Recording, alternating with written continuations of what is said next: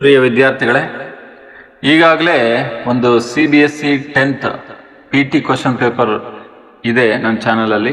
ಅದ್ರ ಜೊತೆಗೆ ಇನ್ನೊಂದು ಪೀರಿಯಡಿಕ್ ಟೆಸ್ಟ್ ಸ್ಯಾಂಪಲ್ ಪೇಪರ್ನ ಡಿಸ್ಕಸ್ ಕೊಡೋಣ ಅಂತಂದೇಳಿ ಕೆಲವೊಂದಕ್ಕೆ ಉತ್ತರಗಳನ್ನು ಕೂಡ ಕೊಡ್ತಾ ಇದ್ದೀನಿ. ಅದ್ರ ಜೊತೆಗೆ ಇದನ್ನು ಕೂಡ ಪ್ರಾಕ್ಟೀಸ್ ಮಾಡ್ಬೋದು, ಎಕ್ಸಾಮ್ಗೆಲ್ಲ ಯೂಸ್ ಆಗುತ್ತೆ. ನೋಡೋದಾದ್ರೆ ಪೀರಿಯಡಿಕ್ ಟೆಸ್ಟ್ ಕ್ವಶನ್ ಪೇಪರ್ ನೋಡಿ, 40 ಮಾರ್ಕ್ಸ್ ಇರುತ್ತೆ. ಫಸ್ಟ್ ಮೇನ್ ಈ ರೀತಿ ಯಾರು ಮಾಡಿದ್ರು ಕೂಡ ಪ್ಯಾಸೇಜ್ ಇರುತ್ತೆ, ಗದ್ಯಾಂಶ. ಇದು ಎಕ್ಸಾಮ್ಗಳಲ್ಲಿ ರಿಪೀಟ್ ಆಗಿರೋಂಥದ್ದು ಪ್ಯಾಸೇಜು. ಒಂದು ಪಕ್ಷಿಗಳ ಬಗ್ಗೆ ವಲಸೆ ಬರೋಂಥದ್ದು, ಈ ಥರದ್ರ ಬಗ್ಗೆ ಇದೆ. ಅದನ್ನು ಓದ್ಕೊಂಡು ನೆಕ್ಸ್ಟ್ ಪೇಜಲ್ಲಿ ಪ್ರಶ್ನೆಗಳಿದೆ, ಆನ್ಸರ್ ಮಾಡ್ಬೋದು. ಅದಾದ್ಮೇಲೆ ಸೆಕೆಂಡ್ ಮೇನು MCQ ಇದೆ, ಗ್ರಾಮರ್ MCQ. ಫಸ್ಟ್ ಕ್ವಶನ್, ಕೈ ಮುಗಿ ಈ ಪದದಲ್ಲಿರುವ ಸಮಾಸ. ಅಲ್ಲಿ ಆಪ್ಷನ್ ಮಾತ್ರ ಕಲರಲ್ಲಿ ಮಾಡಿದ್ದೀನಿ ನೋಡಿ, ಅರ್ಥ ಮಾಡ್ಕೋಬೋದು ನೀವು. ಕ್ರಿಯಾ ಸಮಾಸ ಕೈ ಮುಗಿ, ಆಪ್ಷನ್ A, ಕೈಯನ್ನು ಪ್ಲಸ್ ಮುಗಿ. ಅದೇ ರೀತಿ ಚಿಕ್ಕ ಮಕ್ಕಳ ಆಟ ಪಾಠಗಳನ್ನು ಮತ್ತೆ ಮತ್ತೆ ನೋಡಲು ಬಲು ಚೆನ್ನ. ಇಲ್ಲಿರುವ ಜೋಡು ನುಡಿ, ಆಪ್ಷನ್ D, ಆಟ ಪಾಠ. ಮೂರನೇ ಪ್ರಶ್ನೆ, ಕ್ವಶನ್ ನಂಬರ್ 3, ಕೇಳೋಣ ಈ ಕ್ರಿಯಾಪದದ ಧಾತು ರೂಪ. ಆಪ್ಷನ್ C, ಕೇಳು ಅಂತಂದೇಳಿ. ಈ ತರ ಈಸಿಯಾಗಿ ಅರ್ಥ ಮಾಡ್ಕೋಬಹುದು. ಇಂಥವೆಲ್ಲ ವಿಭಕ್ತಿ ಪ್ರತ್ಯಯ ಜೊತೆಗೆ ಕ್ರಿಯಾಪದ ಧಾತು ಏನಾದರೂ ಇಲ್ಲಿ ಅರ್ಥ ಆಗ್ತಿಲ್ಲ ಅಂದ್ರೆ ಇನ್ನು ನನ್ನ ಚಾನಲಲ್ಲಿ ಗ್ರಾಮರ್ ಪ್ಲೇ ಲಿಸ್ಟ್ ಅಲ್ಲಿ ಗ್ರಾಮರ್ ಅಂಶಗಳಿದೆ, ಚೆನ್ನಾಗಿ ಅರ್ಥ ಆಗೋ ರೀತಿ, ಅದನ್ನು ಕೂಡ ನೋಡಿ. ನೆಕ್ಸ್ಟ್ ಕ್ವಶನ್ ನಂಬರ್ 4 ನೋಡೋದಾದ್ರೆ ಷಷ್ಠಿ ವಿಭಕ್ತಿ ಪ್ರತ್ಯಯವಿರುವ ಪದ ಯಾವುದು? Option A, ಸಾವಿತ್ರಿಯಾನ್. ಇನ್ನು ಕ್ವಶನ್ ನಂಬರ್ 5, ವಿಜ್ಞಾನಿಗಳು ತಮ್ಮ ಅಮೂಲ್ಯವಾದ ಸಮಯವನ್ನು ಸಂಶೋಧನೆಯಲ್ಲಿ ಕಳೆಯುತ್ತಾರೆ. ಇಲ್ಲಿರುವ ಅನ್ವರ್ಥನಾಮ. ಆಪ್ಷನ್ D, ವಿಜ್ಞಾನಿ. ಅದೇ ರೀತಿ ಕ್ವಶನ್ ನಂಬರ್ 6, ಕ್ರಿಕೆಟ್ ಆಟದಲ್ಲಿ ನೂರನೆಯ ಪಂದ್ಯದಲ್ಲಿ 100 ರನ್ ಹೊಡೆದವರು ಅತಿ ವಿರಳ.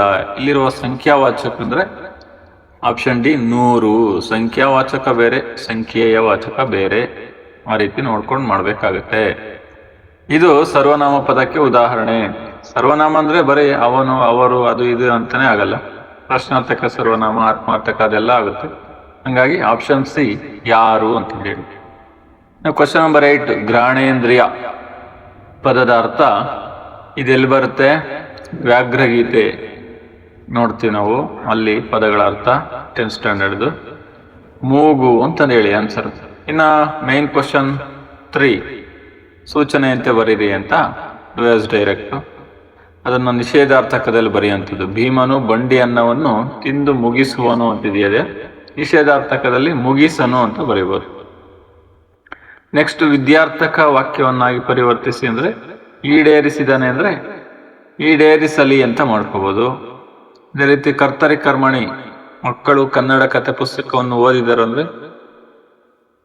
ಮಕ್ಕಳಿಂದ ಕನ್ನಡ ಕಥೆ ಪುಸ್ತಕವು ಓದಲ್ಪಟ್ಟಿತು ಅಂತ ಮಾಡ್ಕೋಬಹುದು. ಗಾದೆಯ ಮಾತುಗಳ ಅರ್ಥ ನೋಡಿ, ಅದಕ್ಕೆ ಇತ್ತೀಚೆಗೆ ಒಂದು ವಿಡಿಯೋ ಮಾಡಿ ಅಪ್ಲೋಡ್ ಮಾಡಿದ್ದೀನಿ. CBSEಗೂ ಕೂಡ ಬಳಕೆ ಆಗಂಥದ್ದು ಗಾದೆ ಮಾತಿನ ಅರ್ಥ. ಅಲ್ಲಿ 1 ಮಾರ್ಕ್ ಈಸಿಯಾಗಿ ಓದ್ಬೋದು, ಪ್ರಾಕ್ಟೀಸ್ ಮಾಡ್ಬೋದು. ದಾರಿದೀಪ, ಅದು ಕೂಡ ನುಡಿಗಟ್ಟುಗಳ ಸ್ವಂತ ವಾಕ್ಯ ಅದು ಒಂದು ವಿಡಿಯೋ ಇದೆ, ಎಲ್ಲ ಆನ್ಸರ್ ಇದೆ, ವಿತ್ ಆನ್ಸರ್. ಅದೇ ರೀತಿ ಒಂದು ಊರ ಹಬ್ಬದ ಬಗ್ಗೆ ವರದಿ ಇದೆ. ನೆಕ್ಸ್ಟ್ ನೋಡೋದಾದ್ರೆ ನಾವು ಯಾವುದು ಪತ್ರಲೇಖನ, ಒಂದು ಅರ್ಜಿ, ಒಂದು ಕಾಮನ್ ಲೆಟರ್, ವ್ಯಾವಹಾರಿಕ ಪತ್ರಲೇಖನ. ಇದ್ರದ್ದು ಕೂಡ ಸಪ್ರೇಟ್ ವಿಡಿಯೋ ಇದೆ, ಅಲ್ಲಿ ನೋಡಿ ಕಲಿಬೋದು.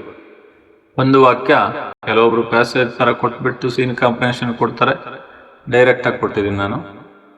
ಮಿಡ್ ಟರ್ಮ್ ಅಲ್ಲೆಲ್ಲ ಆ ತರ ಮೇನ್ ಎಕ್ಸಾಮ್ ಅಲ್ಲಿ ಹೆಂಗಿರುತ್ತೋ ಅದೇ ಪ್ಯಾಟರ್ನ್ ಫಾಲೋ ಮಾಡ್ತೀವಿ. ಭಗವದ್ಗೀತೆಯನ್ನು ರಚಿಸಿದವರು ಯಾರು? ವೇದವ್ಯಾಸರು, ಮಹರ್ಷಿ ವೇದವ್ಯಾಸರು ಅಂತ ಕೂಡ ಬರೀಬಹುದು. ಶಾನುಭೋಗರ ಬ್ರಹ್ಮಾಸ್ತ್ರ ಯಾವುದು? ಕಿರ್ತಿ ಪುಸ್ತಕ. ಪುಟ್ಟಪೋರಿಯ ಅಮ್ಮ ಎಲ್ಲಿ ಮಲಗಿದ್ದಾಳೆ? ಗುಡಿಸಿಲಿನಲ್ಲಿ ಮಲಗಿದ್ದಾಳೆ. ಅದೇ ರೀತಿ 2-3 ವಾಕ್ಯ, 2 ಕ್ವಶನ್ ಇದೆ. ಇನ್ನು ಮಿಡ್ ಟರ್ಮ್, ಫೈನಲ್ ಎಕ್ಸಾಮ್ ಪ್ರಿಪರೇಟರಿಯಲ್ಲಿ 5-6 ವಾಕ್ಯ ಕೂಡ ನೋಡ್ತೀವಿ. ಅದಾದ್ಮೇಲೆ ಸಂದರ್ಭ ಇದೆ, ಎಲ್ಲ ಕ್ವಶನ್ ಆನ್ಸರ್ ಅಲ್ಲಿ ಕಲಿಬೋದು. 8th ವಾಕ್ಯ, ಈ ತರ ಎಲ್ಲ ಇವು ಇಂಪಾರ್ಟೆಂಟ್ ಕ್ವಶನ್ಗಳೇ, ಬೋರ್ಡಲ್ಲಿ ರಿಪೀಟ್ ಆಗಿರೋಂಥವು.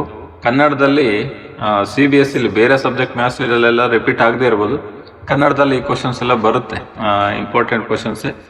ಚೆನ್ನಾಗಿ ವರ್ಕ್ ಮಾಡಿ, ಪ್ರಾಕ್ಟೀಸ್ ಮಾಡಿ. ಇದೇ ರೀತಿ ಹೆಚ್ಚಿನ ವ್ಯಾಕರಣಾಂಶಗಳಿಗೆ, ಕನ್ನಡ ವಿಚಾರಗಳಿಗೆ ನನ್ನ KRS ಮಾಸ್ಟರ್ ಚಾನಲ್ನ ಇನ್ನೂ ಸಬ್ಸ್ಕ್ರೈಬ್ ಮಾಡಿಲ್ಲ ಅಂದರೆ ಸಬ್ಸ್ಕ್ರೈಬ್ ಮಾಡಿ. ಇಷ್ಟ ಆದರೆ ಲೈಕ್ ಮಾಡಿ, ಶೇರ್ ಮಾಡಿ.